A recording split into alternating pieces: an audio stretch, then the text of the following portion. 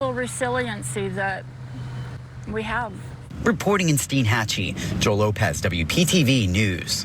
And that resiliency being tested as never before, except they have had to deal with it before. And the power of the wind, the power of the storm surge it drives, the images tell the story. Right, absolutely heartbreaking. At least 15 feet of storm surge in Perry, places like Keaton Beach, Steinhatchee. Yeah, I mean, that's why we take every tropical system seriously, because like this one ramped up pretty fast. I mean, pretty much from a week of we have something forming to now it's making landfall as a Cat 4. And those homegrown systems, we call them, that develop in the Caribbean, the Gulf, or off our shore, those are a little bit trickier because they come on us faster than the ones that come off the coast of Africa. And a very active tropics, right? Yeah, you can see it's not just Helene. Helene now post-tropical, but we have Isaac, we have Joyce, and we have two other areas we're watching. Now here's the good news. We'll break down Isaac and Joyce. They're not going to impact us whatsoever, and the wave off the coast of Africa, that's more than 2 weeks away, so we'll have a long time to track that. Now this area in the northwestern and western Caribbean, we're watching for the possibility of some development there. That's the only thing we're watching right now that could have some impacts. But let's talk about post-tropical Helene. There you can see the last center of circulation was located just about 100 miles southeast of Kentucky, and now it's post-tropical, moving to the north-northwest at 17, max winds at 35 miles per hour. So let's take a look at the radar loop in this vicinity, and you can see heavy rain bands as far north as Cincinnati, but this is where we really saw the highest impact of rains. It was storm surge and winds along much of the Florida coast, but here in the higher elevations of South Carolina, even into North Carolina, anywhere from like 6 to say 11, 12, 13 inches of rain. So a very serious situation with lots of water rescues. Now back here at home, we are watching a few storms offshore, but notice they're moving away from us, moving to the north and northeast, which means we're going to stay basically dry through your Friday evening. Temperatures right now, so we take a live look across West Palm Beach, 85 degrees, but it still feels like 97, really humid out there, and winds currently out of the south at 7. We'll have more on the tropics and what you can expect for the weekend coming up in just a few minutes. Thank you, Kate. The cleanup from Helene in the very, very early stages. It'll go on for many weeks, indeed many months, and for some, there will be no amount of cleanup that will be enough. We're learning 40 first responders from our area have made their way across the state to begin to help dealing with damage. Palm Beach County Fire Rescue, Boynton Beach Fire Rescue. They've teamed up to send swift water rescue teams to the Tampa Bay area. Firefighters and deputies from Martin and Indian River counties also headed to the Big Bend and Panhandle to help with search and rescue. Martin County District Chief Scott Riss told us it's the first time in 2 years his crews have been asked to help. We want to help out in any way that we can and do our part as just as Floridians in general, just to help out our brothers and sisters over there on the West Coast. And across Florida, helping hands gathering. Martin County Fire Rescue plans to keep its team near the Panhandle for at least a week. And they say they're prepared to send more resources if needed.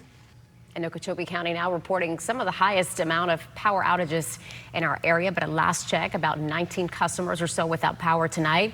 That combined with today's heat, of course, made for a really difficult day for some. WPTV's Tyler Hatfield is tracking the progress to get the power back on. Crews like these have been working all day and night to restore power here in Okeechobee County. Now we know there have been around 3,000 outages, but now that number is down to a few dozen. You know, you take things for granted, and that's one of the things, you know, got to have your electricity. Milagros Verazo is waiting for her power to turn back on. We were good until the morning, but came 10 o'clock in the morning, the whole power just went out. Verazo has been living here on 27th Avenue in Okeechobee for almost a year. She says yesterday's storm and today's heat advisory is a dangerous duo. It's hot out here. I'm trying to keep my house cool, but not opening the door. My refrigerator, I got food in there. Hoping I don't, you know, it doesn't get lost. And then you see that one that's close to the line. Am I gonna have to run this generator for days, or are they gonna fix this? Lawrence Smith lives a street over on 26th Avenue. It's hot as heck. That's humid, man. He's also without power. Got 2 fans running. Got that generator out, kicking butt. Got my refrigerator and freezer plugged up where I don't lose nothing. Welcome to Florida. This ain't the first time. The county says trees on power lines caused many of the 3,000 outages Thursday into Friday. Smith is seeing it firsthand. You cut that thing down next to nothing all the way back up that fence in 6 months, it'll be hanging over like that. Do you think it'll happen again? I don't know, probably. Neighbors anxiously waiting an update about when their lights will come back on. Right, I've called FPL 4 times, and they've just said they don't have an update now. They don't have an update.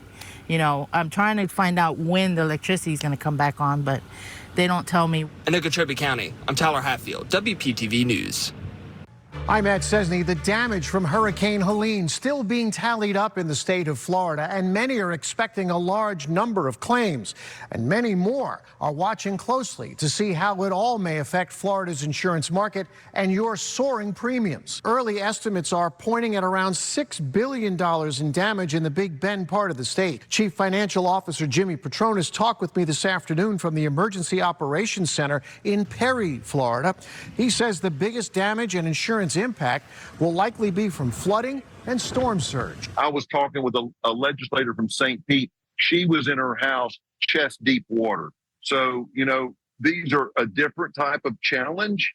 The water's going to recede, but it's also going to be a different type of insurance claim, because if you didn't carry flood insurance, you may not have a place to stake a claim. Now, most of those flood claims should be covered by the federal government's flood insurance program and not private insurance.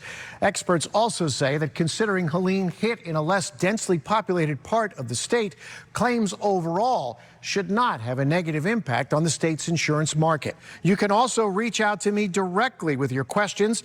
I've been covering Florida's coverage collapse closely for months. My email right there on your screen. Matt, thank you. Next at 7, counterfeit sports gear flying off the rack. What to look out for and avoid buying so you don't waste your money. Plus, football night in South Florida. We're taking you live to Palm Beach Central as they take on Jupiter. A look at our game of the week next.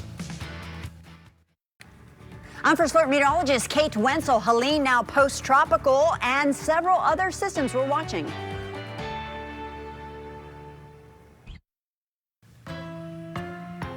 If you're in the market for football gear, beware. Vendors are selling inexpensive knockoffs that you may regret buying. Consumer reporter John Matarese breaks down what to look out for so you don't waste your money.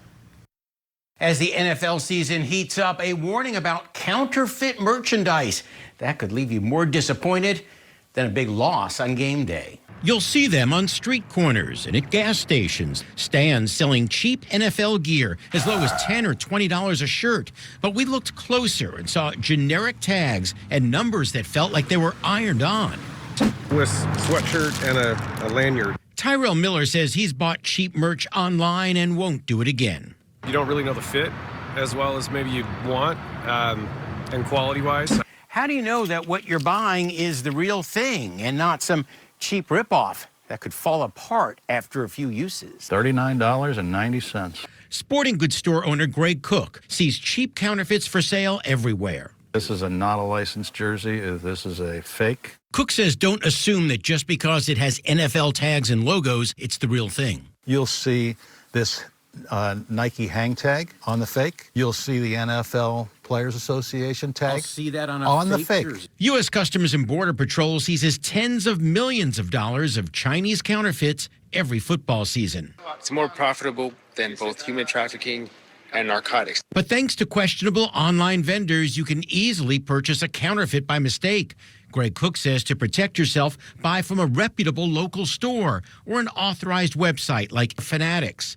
That way you won't be surprised by an iron-on logo. So if the price seems too low, there's probably a good chance it's a fake, so you don't waste your money.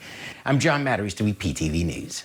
This is WPTV Football Night in South Florida, sponsored by Smith, Ball, Baez, and Prather. Time for Friday Night Football Game of the Week, featuring two of the top programs in Palm Beach County. And our Todd Wilson and John Barron are live for us in Wellington tonight for a showdown between Jupiter and Palm Beach Central.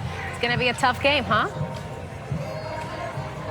Oh, it's been an interesting game. Let me tell you something, that we are 3:36 in the second quarter right now. Palm Beach Central's leading Jupiter 10-7. John, you said something earlier. Oh, we got a big play going on right now. Yeah, fake punt inside the 20. So let's wrap this up. Let me tell you something. Okay.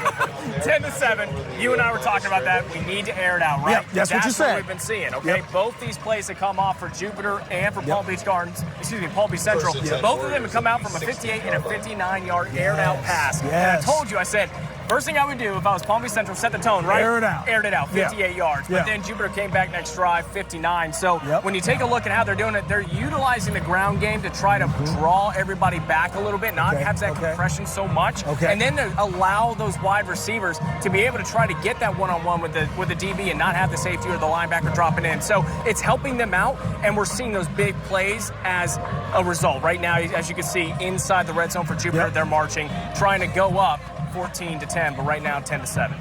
Okay, who do you think, even though the score is 10-7 right now, who do you think has played better in this game so far? I would have to say Palm Beach Central, although they've allowed a couple of big-time plays to happen on defense, which has resulted in this right here, a miscue on special teams when Jupiter just was able to execute that. But it's also been one of those things that Palm Beach Central has been able to move the ball down the field a little bit better. And so Jupiter has had those big first downs only because of big-time plays. And it's been plus 20 yards on those big-time plays. But Palm Beach Central's been able to rush the ball, and we've been able to see that with Jupiter a little bit too, but we're starting to see that Palm Beach Central's starting to kind of distance themselves a little bit. It'll be interesting to see if Jupiter's able to answer. All right, like we said, we are 2:38 in the second quarter before the half. 10-7. Of course, it is Palm Beach Central with the lead. I think it's going to be a good game. I'm going to go on the line and say I think Central takes it. I think so, too. I have to say, Central has been looking really good. I think they've really found their stride. They have. We'll be able to tell. Again, we are here, Palm Beach Central. Oh, we cannot forget. It is homecoming game also. Yes, absolutely. Okay. All right, back to you, Kate. What can you tell us?